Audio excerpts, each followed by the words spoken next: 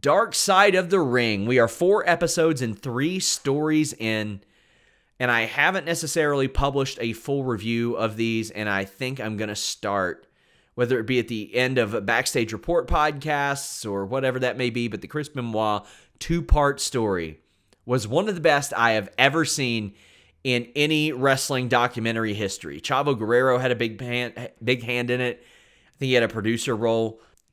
They had David Benoit there, Chris Jericho. They had Nancy Benoit's sister. I do think that they maybe played up Nancy Benoit's wrestling career a little bit. I don't know that she was as influential as maybe they indicated, but hey, you know what? She was a little bit before my time, so maybe I'm out of my depth there. As far as the Chris Benoit aspect, I thought it was a really fair look at the man and what he went through, because I don't speak about Chris Benoit himself very often. It's a subject that I don't want to touch. I mean, was he one of the greatest performers in wrestling history? Yes. I don't watch his matches. I don't watch his content. I don't do any of that. If it's a special request from a long-time Fightful Select subscriber, I might. But other than that, I don't want to touch that stuff. I don't want anything to do with it. And this was the most Chris Benoit content I had taken in years, and I feel for his family. I think the world of Chris Jericho getting Nancy's sister and Chris's son back together. I do wish they could have gotten Kevin Sullivan for this, but understandable that they didn't. Jim Ross on Dark Side of the Ring is nothing short of phenomenal, transparent, honest. At least in several of the episodes that I've seen, you could debate the Brawl for All thing, but I thought he was awesome. And you got to see footage that had never been out there. You got to see photos that had never been out there. You see and hear about things that you didn't know about. There were aspects of this, like for instance, William Regal, knowing that things might be up and carefully crafting his speech because he lived in the same city as Nancy and Chris, and maybe he knew a little bit more about the friction between those two than a lot of people realized. This was one of the greatest pieces of wrestling documentary in ever. You had Tyson Dukes playing Chris Benoit in the shadow features. I thought that was really good as well. Worth every part of the 2-part series. The death of Eddie Guerrero was, as I don't want to say as big of a part, but such an integral role of this. And you never knew how tore up Chris Benoit really is. I mean, crying in Eddie's bed with his pillow, that's a little bit beyond what I expected. And there were a lot of aspects of Eddie's passing that I didn't realize. Like, I didn't know that everybody came by and saw him, and that he passed away in Chavo's arms. Man, did that hurt to hear. That hurt to hear.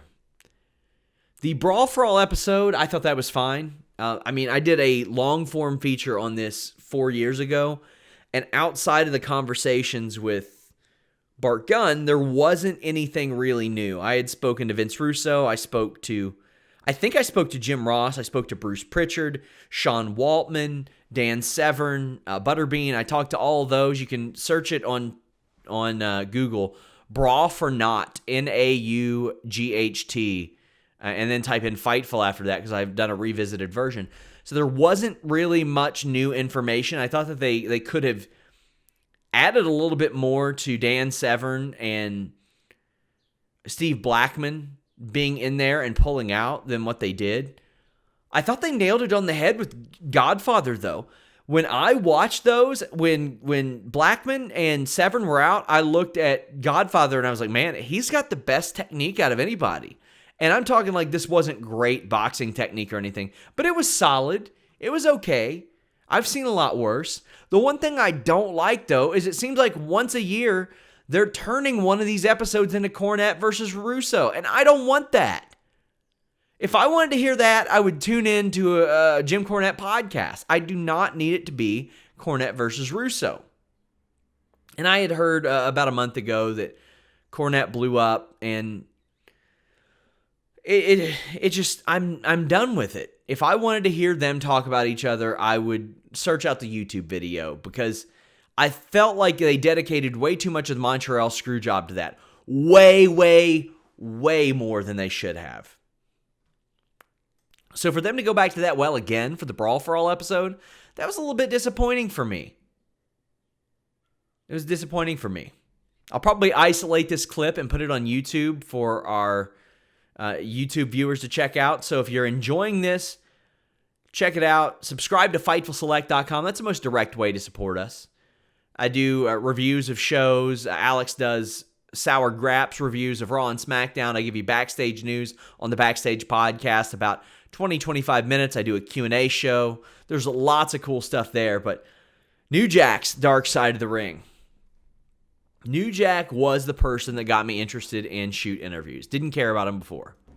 I'd see clips of the RF stuff, and I didn't want anything to do with those because of what Rob Feinstein does and did. But I watched Forever Hardcore. It was a Jeremy Borash documentary, a companion piece to the rise and fall of ECW.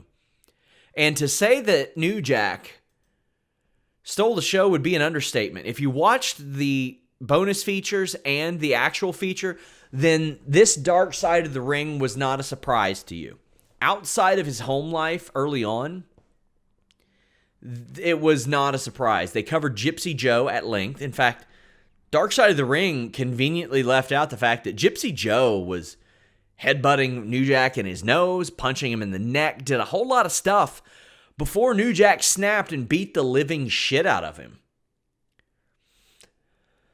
I thought that they covered the SMW stuff fantastically. That's one aspect that, of course, Forever Hardcore didn't dive into, because why the hell is Forever Hardcore going to dive into SMW?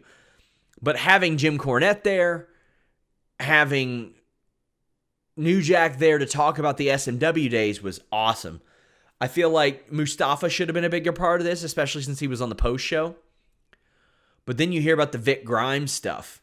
And they played that down a little bit, because on Forever Hardcore, New Jack says that he tried to physically move the ring and the scaffolding and all that stuff. Or they tried to move the scaffolding and do all this stuff because he wanted Vic Grimes to land on the ring post and die. He wanted Vic Grimes to die. Damn. As far as the stabbing incident, he had confirmed back then that the guy, Trip Red, or whatever the hell his name is, was like, hey, take me on the road with you. Train me. Then I'll drop the charges. And back then, I remember him going, they said I stabbed him 14 times. I did not. It was 9. It's on the tape. It was 9. So to hear him switch to 12 or 16, whatever it may be, that's disappointing to me, because I have quoted, they said I stabbed him 14 times. I did not. It was 9. Repeatedly. Dark Side of the Ring, it keeps being good, man. It keeps being good. And the numbers that you see that get dropped the following day aren't really fair. Not really fair.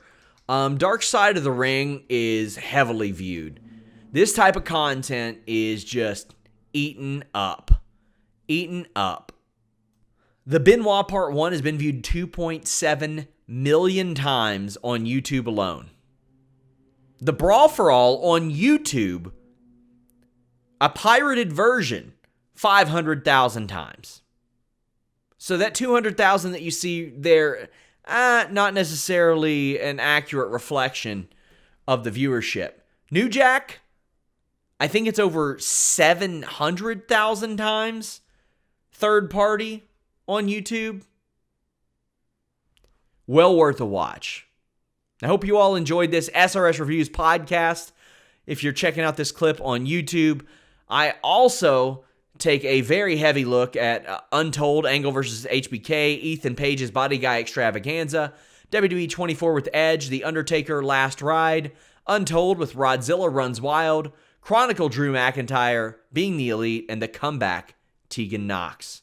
Until next time, we're out.